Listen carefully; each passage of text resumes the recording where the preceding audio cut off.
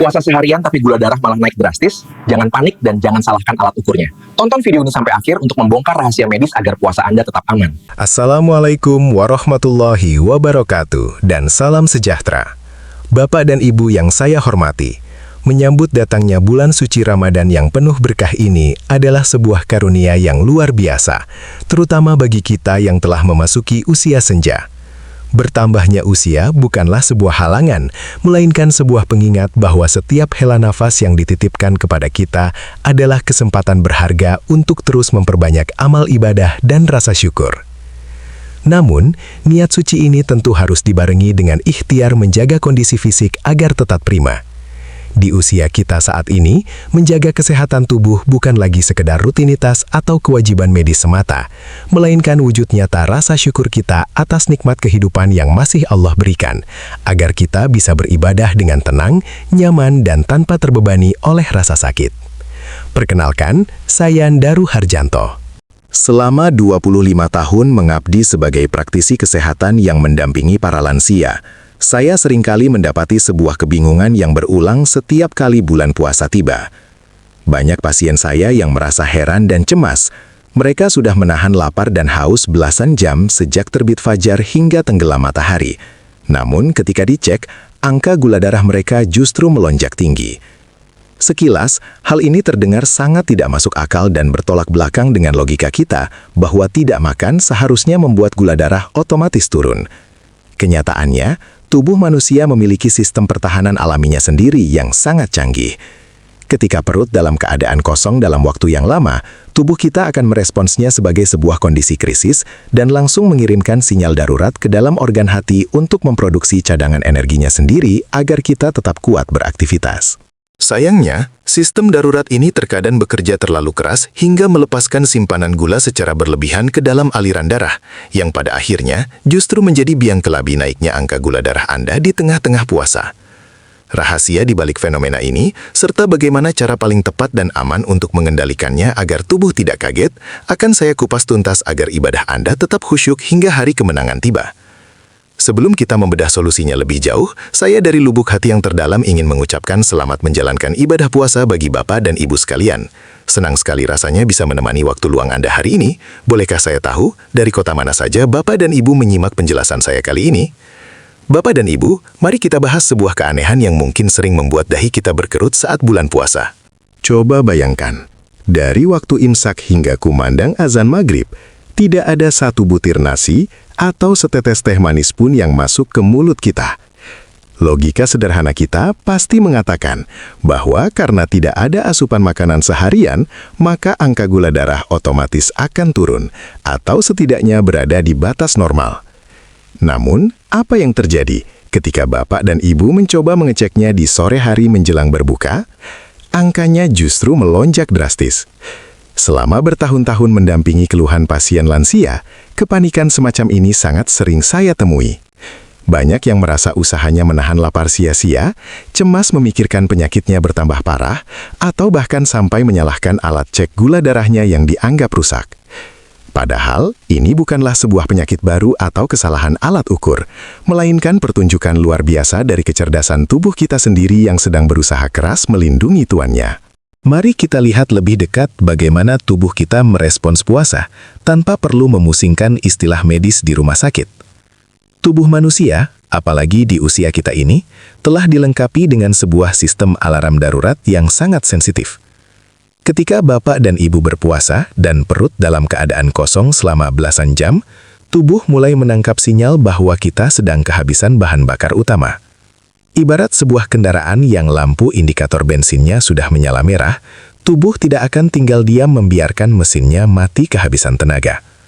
Pada saat krisis inilah, organ hati kita mengambil alih komando sebagai penyelamat.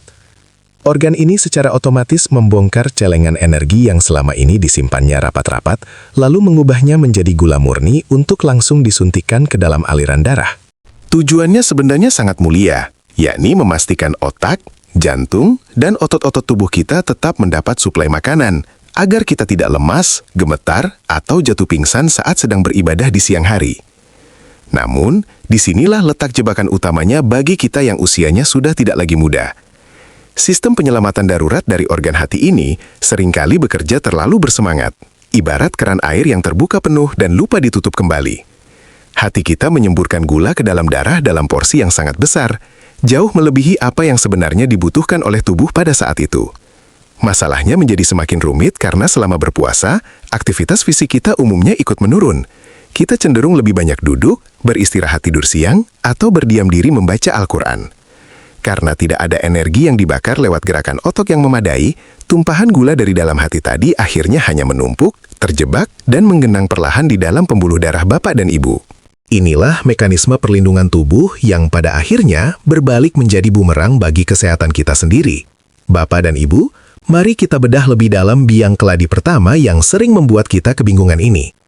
Di dalam tubuh kita, ada satu organ pekerja keras yang sangat vital bernama hati atau liver. Untuk memudahkannya, bayangkan organ hati ini sebagai sebuah gudang logistik raksasa sekaligus pabrik pengolahan energi cadangan milik kita sendiri. Saat kita sedang makan sahur secara lahap, hati akan sibuk menyortir dan menyimpan kelebihan makanan tersebut untuk digunakan nanti. Namun, ketika matahari sudah terik dan perut kita mulai kosong melompong selama belasan jam berpuasa, gudang logistik ini menerima laporan darurat bahwa pasokan makanan dari luar sudah benar-benar terhenti. Sebagai bentuk kesetiaan untuk menjaga tuannya agar tetap tegak berdiri dan sanggup beribadah, hati secara otomatis mulai membuka pintu gudangnya lebar-lebar dan membagikan simpanan energi tersebut ke seluruh aliran darah kita. Proses pembongkaran cadangan makanan inilah yang seringkali lepas kendali dan memicu kepanikan tanpa kita sadari. Ketika simpanan gula murni di dalam gudang hati sudah menipis di pertengahan hari, pabrik di dalam organ hati tidak lantas berhenti beroperasi.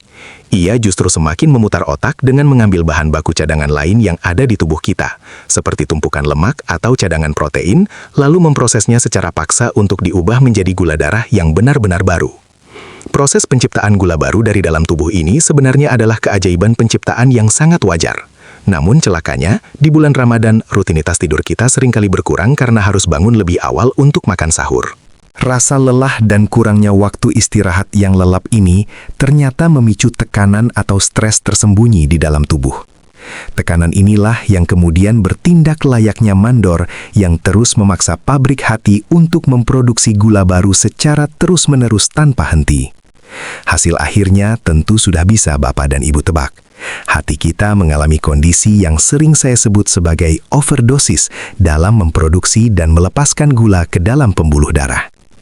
Gula yang niat awalnya diproduksi untuk menjadi penyelamat saat kita lemas, justru membanjiri aliran darah dalam jumlah yang sangat berlebihan dan tak terkendali. Situasi ini diperparah karena kita sedang berpuasa, tidak ada makanan manis yang masuk lewat mulut, sehingga organ pankreas kita sedang beristirahat dan tidak mengeluarkan pasukan penurun gula yang cukup untuk menyapu bersih tumpukan tersebut. Itulah alasan ilmiah mengapa angka di alat ukur Bapak dan Ibu melonjak tajam menjelang waktu berbuka. Jadi, naiknya gula darah saat Bapak dan Ibu sedang khusyuk berpuasa ini murni sebuah reaksi alami dari mesin tubuh yang sedang bekerja ekstra keras, bukan karena sihir, bukan karena alatnya yang rusak, dan pastinya bukan berarti ibadah puasa Bapak dan Ibu menjadi sia-sia. Bapak dan Ibu, mari kita bergeser ke biang keladi kedua yang sering kali terjadi justru di saat kita baru saja membuka mata. Pernahkah Bapak dan Ibu iseng mengecek gula darah sesaat setelah bangun tidur di sepertiga malam, bahkan sebelum menyentuh setetes pun air sahur, dan terkejut melihat angkanya sudah melompat tinggi? Dalam dunia kesehatan, kami mengamati kejadian berulang ini dan menyebutnya sebagai fenomena fajar. Ini bukanlah sebuah keanehan medis, melainkan sebuah siklus alami penciptaan tubuh yang sedang mempersiapkan diri untuk memulai hari. Bayangkan tubuh kita di usia senja ini seperti sebuah mesin kendaraan yang sudah berumur. Sebelum bisa dipacu untuk beraktivitas, mesin tersebut mutlak perlu dipanaskan terlebih dahulu agar tidak mogok. Nah, lonjakan gula darah di pagi buta ini sebenarnya adalah cara cerdas tubuh kita memanaskan mesin agar Bapak dan Ibu memiliki dorongan tenaga untuk sanggup menyingkap selimut, bangkit berdiri, dan berjalan mengambil air wudhu. Proses pemanasan mesin alami ini dikendalikan oleh beberapa zat pemicu di dalam tubuh yang khusus bertugas membangunkan kita dari tidur lelap. Menjelang waktu subuh, otak kita memberikan komando diam-diam untuk melepaskan zat-zat pembangun ini ke seluruh tubuh. Zat ini kemudian bergerak cepat menuju organ hati dan menginstruksikan hati untuk segera menggelontorkan simpanan gula pekat ke dalam aliran darah sebagai bekal sarapan instan dari dalam tubuh itu sendiri. Bagi anak-anak muda, proses ini tidak memunculkan masalah karena mesin penyerap gula mereka masih sangat gesit. Namun, bagi kita yang usianya sudah bertambah, kemampuan pintu-pintu sel tubuh dalam menyerap gula dari pembuluh darah sudah jauh menurun kecepatannya. Alhasil, gula yang niat awalnya diproduksi untuk memanaskan tenaga tadi justru menumpuk di saluran darah, menciptakan tumpukan gula yang kental dan tinggi sejak fajar menyingsing. Disinilah letak ujian dan titik kritisnya selama kita menjalani puasa Ramadan. Di tengah kondisi gula darah yang sudah secara alami merangkak naik karena fenomena fajar tersebut, komposisi hidangan sahur kita lah yang akan menjadi penentu apakah gula darah ini bisa dijinakkan atau justru semakin mengamuk. Jika menu sahur Bapak dan Ibu masih didominasi oleh porsi nasi putih yang menggunung, ditambah teh manis hangat, serta aneka jajanan pasar yang kaya karbohidrat, maka itu sama persis dengan menyiramkan minyak tanah ke dalam kobaran api. Lonjakan gula alami dari dalam tubuh tadi akan langsung bertabrakan dengan hantaman gula baru dari makanan sahur Anda. Gabungan keduanya akan memicu lonjakan yang sangat liar dan tajam. Jika hal ini dibiarkan terjadi setiap sahur selama sebulan penuh, lonjakan liar inilah yang akan diam-diam melukai, mengeraskan, dan merusak kelembutan dinding pembuluh darah Bapak dan Ibu dari dalam.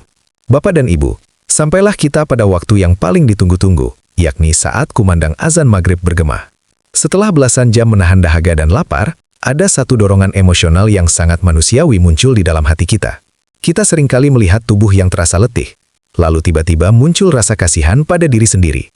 Perasaan iba inilah yang kemudian tanpa sadar memicu sebuah jebakan yang sering saya sebut sebagai sindrom balas dendam saat berbuka.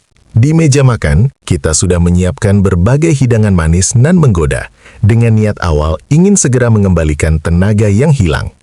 Kita merasa bahwa tubuh kita berhak mendapatkan hadiah manis berupa takjil setelah seharian penuh berjuang. Namun, di balik rasa kasihan dan keinginan untuk memberikan penghargaan pada tubuh ini, justru tersembunyi sebuah ancaman tak kasat mata yang siap meruntuhkan pertahanan kesehatan Bapak dan Ibu di usia senja. Mari kita renungkan sejenak apa yang sebenarnya terjadi di dalam perut kita saat hirupan pertama minuman manis yang syarat gula itu masuk. Sepanjang hari, organ-organ pencernaan kita, termasuk sebuah pabrik kecil di dalam perut yang bertugas menghasilkan cairan penurun gula, sedang berada dalam fase istirahat yang sangat tenang. Mereka beristirahat karena tidak ada makanan yang perlu diolah. Lalu tiba-tiba, dalam hitungan detik saat berbuka puasa, kita langsung mengguyur sistem pencernaan tersebut dengan karbohidrat yang sangat mudah dan cepat diserap, seperti gula cair, sirup, atau makanan manis lainnya. Guyuran gula yang datang secara tiba-tiba dan dalam jumlah besar ini, ibarat membangunkan orang yang sedang tidur nyenyak dengan menyiramkan seember air es. Pabrik penurun gula di tubuh kita akan mengalami kaget yang luar biasa. Ia dituntut untuk mendadak bangun dan langsung bekerja dengan kecepatan maksimal demi menjinakkan banjir gula tersebut. Sayangnya, bagi kondisi tubuh kita yang sudah tidak lagi muda, pabrik penawar gula ini tidak bisa lagi bergerak selincah puluhan tahun lalu. Akibat kaget dan beban kerja yang mendadak teramat berat, pabrik ini seringkali kewalahan dan gagal bekerja secara maksimal. Cairan penurun gula yang dihasilkan menjadi terlambat keluar, atau jumlahnya tidak sebanding untuk mengikat banjir gula yang baru saja Bapak dan Ibu konsumsi. Hasilnya, gula-gula dari hidangan balas dendam tersebut akan terdampar bebas, menumpuk di dalam aliran darah, dan memicu lonjakan angka gula darah yang sangat tajam hanya dalam waktu singkat setelah berbuka. Inilah pembunuh senyap yang sesungguhnya, sebuah kerusakan pembuluh darah yang tanpa sadar kita undang sendiri berkedok rasa sayang pada tubuh. Menyayangi tubuh di usia senja bukanlah dengan cara memanjakannya lewat tumpukan gula yang mengagetkan organ dalam, melainkan dengan membatalkan puasa secara lembut, bertahap, dan penuh kebijaksanaan. Bapak dan Ibu yang saya muliakan, setelah kita bersama-sama mengurai rentetan biang keladi yang seringkali mengecoh tubuh kita di bulan Ramadan ini, mungkin sebagian dari Bapak dan Ibu mulai menganggukkan kepala dan menyadari mengapa tubuh terasa kurang nyaman belakangan ini. Memahami bagaimana sistem di dalam diri kita bekerja secara alami memang terkadang membuat kita terkejut. Namun di saat yang sama juga menyadarkan kita bahwa kesehatan di usia senja membutuhkan perhatian yang jauh lebih teliti.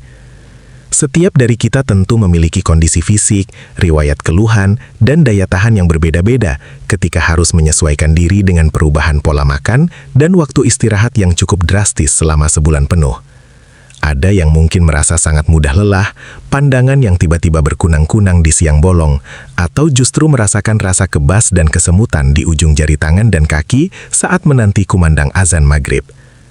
Sebagai seseorang yang telah mendampingi keluh kesah kesehatan para lansia melewati momen-momen puasa selama lebih dari 2 dekade, saya sangat memahami bahwa gejala-gejala tersebut bukanlah sekadar keluhan biasa yang boleh diabaikan. Itu adalah cara tubuh Bapak dan Ibu berkomunikasi, mengirimkan sinyal bahwa ada sesuatu yang perlu segera diperbaiki.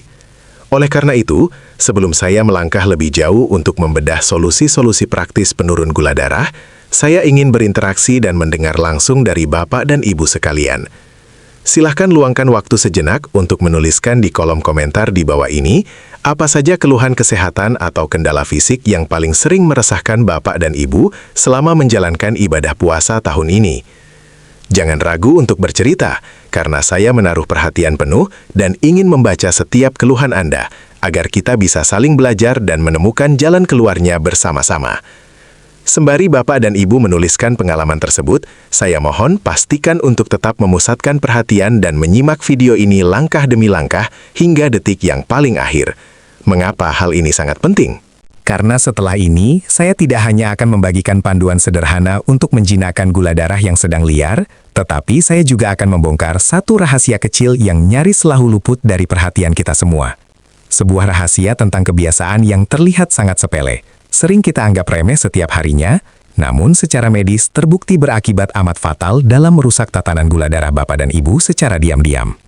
Simpan rasa penasaran Anda, siapkan hati yang lapang untuk menerima ilmu baru, dan mari kita temukan kunci utama agar ibadah puasa kita tetap menjadi ladang kebaikan tanpa mengorbankan nikmat sehat di usia senja. Bapak dan Ibu, mari kita bahas satu hal yang seringkali luput dari perhatian kita, namun memiliki dampak yang amat fatal, yaitu masalah dehidrasi terselubung. Selama 25 tahun saya mengamati, banyak lansia yang merasa baik-baik saja saat berpuasa, bahkan merasa tidak terlalu haus di siang hari. Inilah jebakan yang sangat berbahaya. Di usia senja, sensor rasa haus di tubuh kita tidak lagi sepeka saat kita masih muda. Akibatnya, tubuh Bapak dan Ibu mungkin sudah sangat kekurangan cairan, namun otak tidak mengirimkan sinyal rasa haus, sehingga Bapak dan Ibu merasa tidak perlu minum banyak saat berbuka maupun sahur. Ini adalah kondisi mengkhawatirkan yang saya temui hampir setiap Ramadan, sebuah ancaman diam-diam di balik kekhusyuan ibadah kita. Lantas, apa hubungannya kurang minum air putih dengan melonjaknya gula darah? Mari kita bayangkan aliran darah Bapak dan Ibu seperti sebuah kolam air. Air putih adalah air bersih di kolam tersebut, sedangkan gula adalah sirup pekat yang larut di dalamnya. Ketika Bapak dan Ibu berpuasa dan kurang minum, volume air di kolam darah akan menyusut drastis. Namun, jumlah sirup gula di dalamnya tetap sama. Akibatnya, sirup tersebut menjadi sangat kental dan pekat di dalam kolam yang mengering itu. Inilah mekanisme medis sederhana yang membuat angka gula darah Bapak dan Ibu mendadak tinggi saat diperiksa. Bukan karena Bapak dan Ibu makan terlalu banyak gula saat berbuka, melainkan karena darah Bapak dan Ibu terlalu kental akibat kekurangan cairan yang tidak disadari. Kondisi darah yang mengental ini bukan masalah angka semata, Bapak dan Ibu. Darah kental ibarat oli yang kotor dan pekat, yang harus dipompa oleh jantung ke seluruh tubuh. Ini membuat jantung Bapak dan Ibu bekerja ekstra keras dan meningkatkan risiko terbentuknya gumpalan darah yang berbahaya bagi otak dan ginjal. Jadi, dehidrasi ini adalah biang keladi licik yang tidak hanya menipu alat cek gula darah Anda, tapi juga diam-diam membebani organ-organ vital di tubuh senja kita.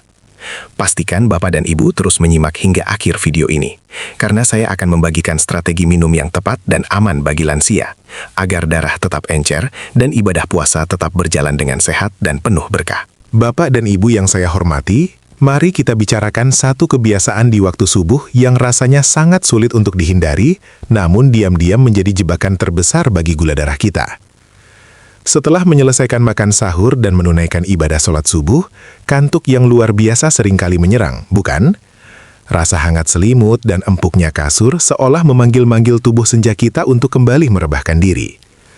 Sebagai praktisi yang telah puluhan tahun mendengar curhatan pasien lansia, saya sangat memaklumi betapa beratnya melawan rasa kantuk tersebut. Namun, tahukah Bapak dan Ibu bahwa kebiasaan langsung tertidur pulas setelah sahur ibarat memberikan undangan resmi bagi gula darah untuk menetap dan merusak kelembutan pembuluh darah Anda seharian penuh? Coba kita bayangkan proses yang terjadi di dalam tubuh kita ini seperti sebuah mesin pengisi bahan bakar. Makanan sahur yang baru saja Bapak dan Ibu nikmati dengan penuh syukur itu, di dalam perut akan segera diolah dan diubah menjadi gula murni yang berfungsi sebagai bahan bakar utama untuk tubuh beraktivitas.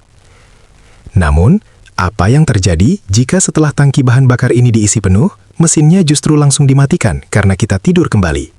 Bahan bakar berupa tumpukan gula tersebut tentu tidak akan terbakar menjadi tenaga. Ia hanya akan menggenang, menumpuk, dan terjebak berjam-jam di dalam saluran darah Bapak dan Ibu. Perlu diingat, otot-otot di tubuh kita adalah konsumen terbesar penyerap gula, tetapi mereka hanya mau membuka pintu selnya jika tubuh kita bergerak. Jika kita tidur, otot pun ikut tertidur, dan gula dibiarkan merajalela menaikkan angka di alat periksa Anda pada siang harinya. Solusi untuk menjinakkan tumpukan gula pagi hari ini sebenarnya sangatlah sederhana, dan sama sekali tidak membutuhkan olahraga yang menguras keringat. Bapak dan Ibu tidak perlu melakukan aktivitas berat yang menyiksa sendi. Cukup luangkan waktu sekitar 10 menit saja untuk melakukan gerakan ringan segera setelah sahur dan sholat. Bapak dan Ibu bisa berjalan santai menyusuri ruangan di dalam rumah, melakukan peregangan ringan di teras sambil menghirup udara pagi, merapikan meja makan, atau berjalan kaki perlahan pulang dari masjid. Gerakan-gerakan yang tampak sepele inilah yang akan menjadi kunci ajaib pembuka pintu sel-sel otot Bapak dan Ibu. Begitu otot ditarik dan digerakkan, mereka akan langsung aktif menghisap genangan gula di dalam darah tadi untuk diubah menjadi energi yang bermanfaat. Sebuah kebiasaan kecil yang sangat mudah dilakukan, namun mampu menyelamatkan Anda dari ancaman lonjakan gula darah yang berbahaya selama berpuasa. Bapak dan Ibu yang saya muliakan, tibalah kita pada puncak rahasia terpenting yang telah saya janjikan sejak awal video ini. Setelah kita bersama-sama menyadari berbagai biang keladi yang memicu lonjakan gula darah, kini saatnya kita membekali diri dengan satu senjata pamungkas yang sangat ampuh, sangat mudah diterapkan, dan sama sekali tidak membutuhkan biaya pengobatan tambahan.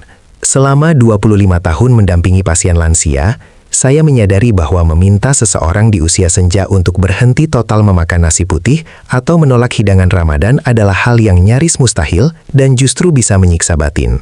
Kabar baiknya, ilmu kesehatan telah menemukan jalan keluar yang sangat elegan. Rahasia ini sama sekali tidak melarang Bapak dan Ibu menikmati makanan kesukaan, karena kuncinya tidak terletak pada apa yang ada di piring Anda, melainkan bersembunyi pada urutan suapan mana yang masuk lebih dahulu ke dalam mulut Anda saat berbuka maupun sahur. Mari kita terapkan kebiasaan baru yang terbukti secara ilmiah ini mulai hari ini. Setiap kali Bapak dan Ibu duduk menghadapi hidangan di meja makan, tahan sejenak keinginan untuk langsung menyendok nasi putih yang hangat. Ubahlah urutannya secara total. Pastikan suapan pertama yang menyentuh lambung Anda adalah semangkuk serat, yakni sayur-sayuran hijau yang sudah dimasak lembut. Biarkan sayuran ini turun terlebih dahulu ke dalam perut untuk bertindak layaknya sebuah jaring pelindung yang melapisi seluruh dinding saluran pencernaan. Setelah sayur tuntas, suapan kedua barulah diisi dengan lauk pauk sumber protein, seperti ikan, putih telur, tahu, tempe, atau potongan daging ayam.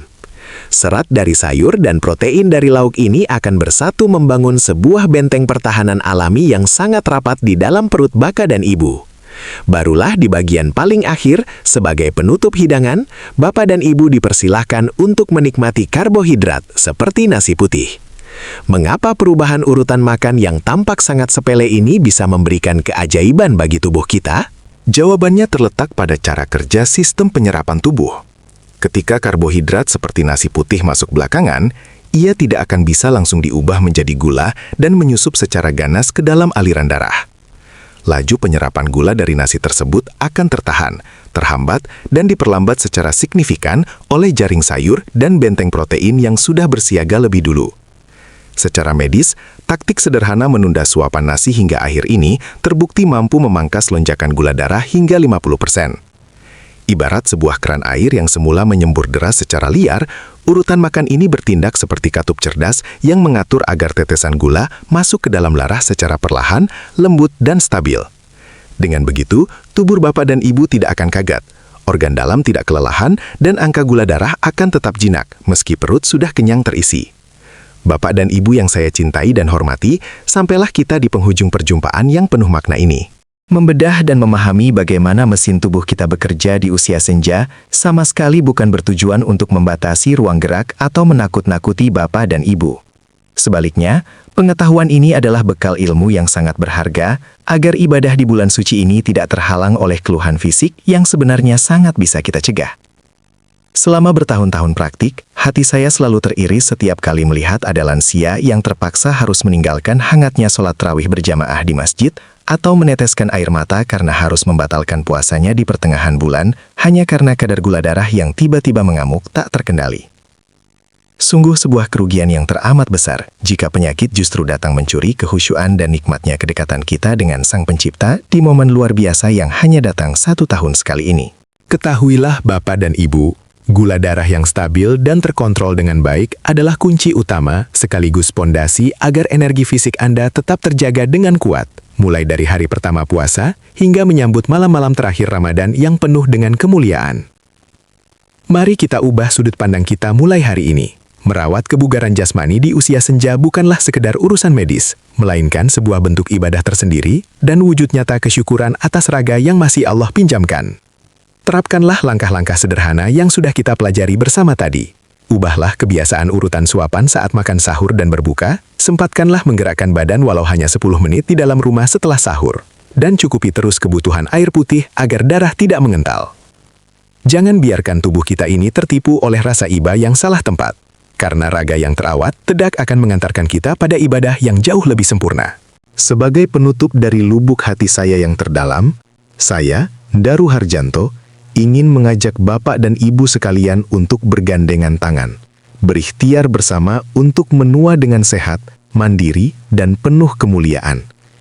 Jika untayan penjelasan dalam video ini dirasa membawa manfaat dan sedikit pencerahan bagi langkah Bapak dan Ibu, saya memohon keikhlasannya untuk membagikan video ini kepada keluarga, sahabat, atau rekan-rekan sebaya di lingkungan Anda, agar semakin banyak dari kita yang bisa menjalankan puasa tanpa rasa was-was. Jangan lupa untuk menyukai video ini dan tetap terhubung dengan saluran ini, agar kita bisa terus bersilaturahmi membagikan ilmu kesehatan yang bermanfaat di kemudian hari. Selamat melanjutkan ibadah puasa dengan hati yang lapang dan raga yang bugar. Semoga Allah senantiasa mengaruniakan nikmat sehat dan menerima segala amal kebaikan kita di bulan yang suci ini.